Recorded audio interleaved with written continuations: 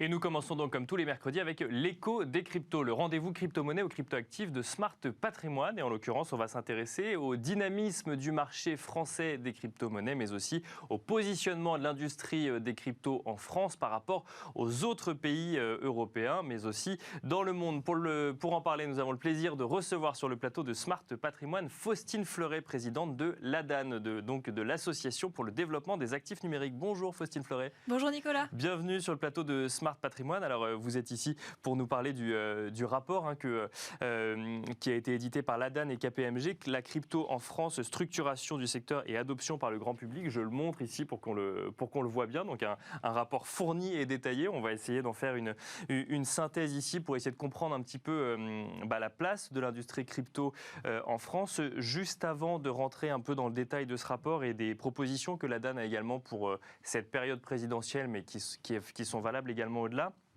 Un petit mot peut-être de la situation actuelle. Donc, ça fait plus d'une semaine maintenant que la Russie et l'Ukraine que la Russie a déclaré la guerre à l'Ukraine. On a vu effectivement des sanctions financières de la part d'un certain nombre de pays occidentaux assez drastiques, et ça a réveiller un peu des idées reçues sur les crypto-monnaies, puisque du coup on entend de plus en plus que, alors effectivement il y avait le sujet de savoir si on pouvait faire des dons à l'Ukraine en crypto-monnaie, de l'autre côté il y avait le sujet de savoir si certains dirigeants russes pouvaient contourner les sanctions financières via les crypto-monnaies, et donc du coup ça a participé à réveiller le sujet de cette idée de crypto-monnaie complètement décentralisée, hors de contrôle, voire même qui ne sert qu'à financer des activités criminelles, ou en tout cas l'axe du mal, si je peux m'exprimer ainsi.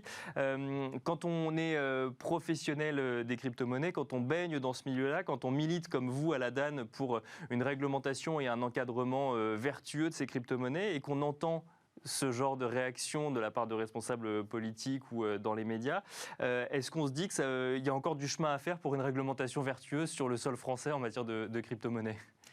Alors, il y a encore du chemin à faire, mais pour rappeler que la réglementation existe. D'accord. Parce qu'au niveau de la France, si vous êtes une plateforme qui adresse le marché français, qui est établie en France, vous êtes déjà soumis à la réglementation en matière de lutte contre le blanchiment et le financement du terrorisme, qui est le socle aujourd'hui de l'application des sanctions à l'égard de Vladimir Poutine et des oligarques russes. D'accord. Donc, les acteurs français sont déjà en mesure de mettre en place les sanctions qui sont imposées, et y compris du coup sur les portefeuilles de cryptoactifs de ces gens-là. Donc elles n'échappent pas, les crypto-monnaies en France, opérées par des acteurs français, n'échappent pas finalement aux sanctions du monde occidental vis-à-vis de la Russie.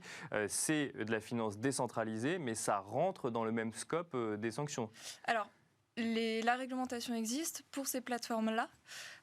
Elles ont déjà le dispositif nécessaire pour ces plateformes centralisées. D'accord. La finance décentralisée, la réglementation est en train d'être mise en place, puisqu'on ne peut pas avoir la même réglementation qui s'applique à des entités assujetties centralisées, parce que ce que doivent mettre en place des plateformes crypto, c'est ce que mettent aujourd'hui en place, par exemple, des banques en matière de lutte contre le blanchiment et le financement du terrorisme. Cette réglementation, elle a donc été pensée pour ces opérateurs centralisés-là. On est en train de réfléchir au cadre adapté pour le monde décentralisé, bien sûr, où on a besoin de plus de réflexion de plus long terme. Donc, au niveau français, on est déjà très en avance. D'accord. Et au niveau européen, on n'attend pas, les débats sont déjà en cours pour harmoniser, puisqu'on parle des acteurs français qui sont déjà vertueux. Bien sûr. L'enjeu aujourd'hui, c'est qu'on étende cette vertu. Donc on harmonise l'application de la réglementation à l'ensemble des acteurs européens, et qu'on réfléchisse à cet encadrement adapté pour l'innovation décentralisée. Donc pour quand même combattre une idée reçue, on parle de finances décentralisées, mais on peut quand même agir pour vérifier, entre guillemets, ou interdire un certain nombre d'activités sur cette finance décentralisée. C'est possible au niveau français et ce sera possible demain au niveau européen si les échanges aboutissent. Alors il faut rappeler en fait les caractéristiques intrinsèques des technologies blockchain, des cryptoactifs, qu'on soit dans un monde centralisé ou décentralisé, à savoir leur traçabilité, qui est vraiment inhérente à la technologie. Oui, on rappelle souvent qu'une blockchain, c'est comme un livre de compte ouvert, et on voit à chaque fois toutes les transactions qui ont eu lieu sur une blockchain. Complètement. Donc, si vous faites une transaction, quel que soit le moyen, en cryptoactif, c'est transparent, Et cette transaction va laisser des traces de façon permanente sur ce registre qui est public et sur lequel vous pouvez accéder avec une simple connexion Internet. Donc il y a ça, il y a l'absence d'anonymat aussi, puisque c'est aussi beaucoup l'idée véhiculée que les cryptoactifs sont anonymes. Les cryptoactifs sont pseudonymes. Donc ensuite, c'est grâce à cette traçabilité, grâce à des outils notamment d'analyse transactionnelle, qu'on va pouvoir faire des recoupements d'informations. Donc on n'est pas sur des cryptoactifs anonymes, mais bien pseudonymes. Donc les caractéristiques des technologies, couplées à une réglementation adaptée et proportionnée, font que les cryptoactifs, et on l'observe en fait, ne sont pas des outils de contournement des sanctions aujourd'hui. Et au contraire, ce sont des outils qui ont, on le voit, une utilité sociale. On a vu énormément de dons envers l'Ukraine, envers le peuple ukrainien, en cryptoactifs, parce que à un moment où on peut avoir, par exemple, de la rétorsion sur des actifs, sur des comptes bancaires, si on a un gel des comptes bancaires du peuple ukrainien ou russe, si on ne peut plus retirer, comment on fait ? Le don en euros, le don en dollars, il est plus possible. Payer son pain en euros, en dollars, il est plus possible. Donc les cryptoactifs s'affirment au contraire comme des outils qui vont aujourd'hui soutenir ces peuples qui sont malheureusement en guerre.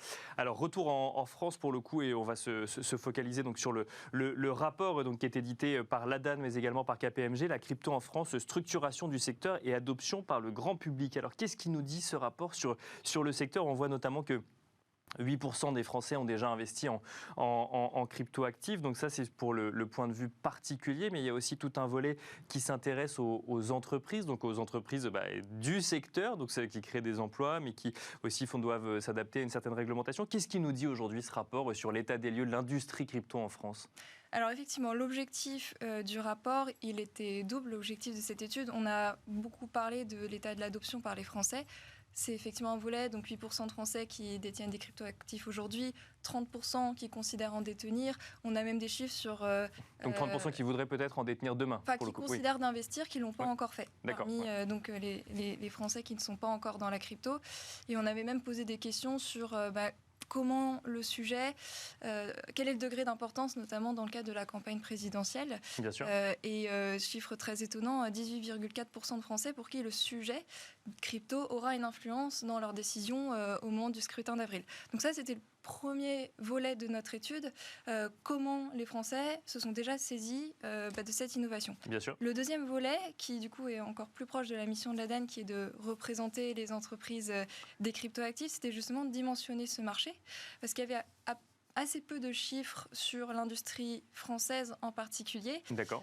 Et avec aussi beaucoup d'idées préconçues sur c'est un secteur de niche, c'est un petit marché. Donc c'est exactement ce que montre l'étude, c'est que il y a une dynamique et il y a un très beau marché déjà des cryptoactifs. D'accord, ça n'est plus un secteur de niche du coup, ou c'est toujours un secteur de niche ? Non, c'est plus un secteur de niche. Non, c'est plus un secteur de niche.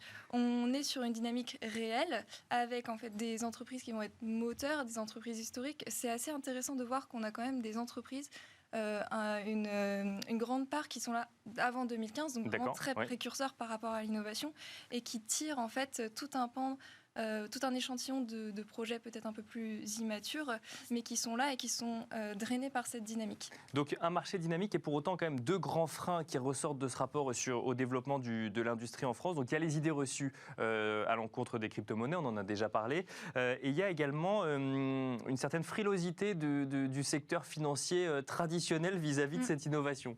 Oui, l'étude a plutôt corroboré des observations qu'on pouvait avoir, des remontées d'expérience des membres de l'association.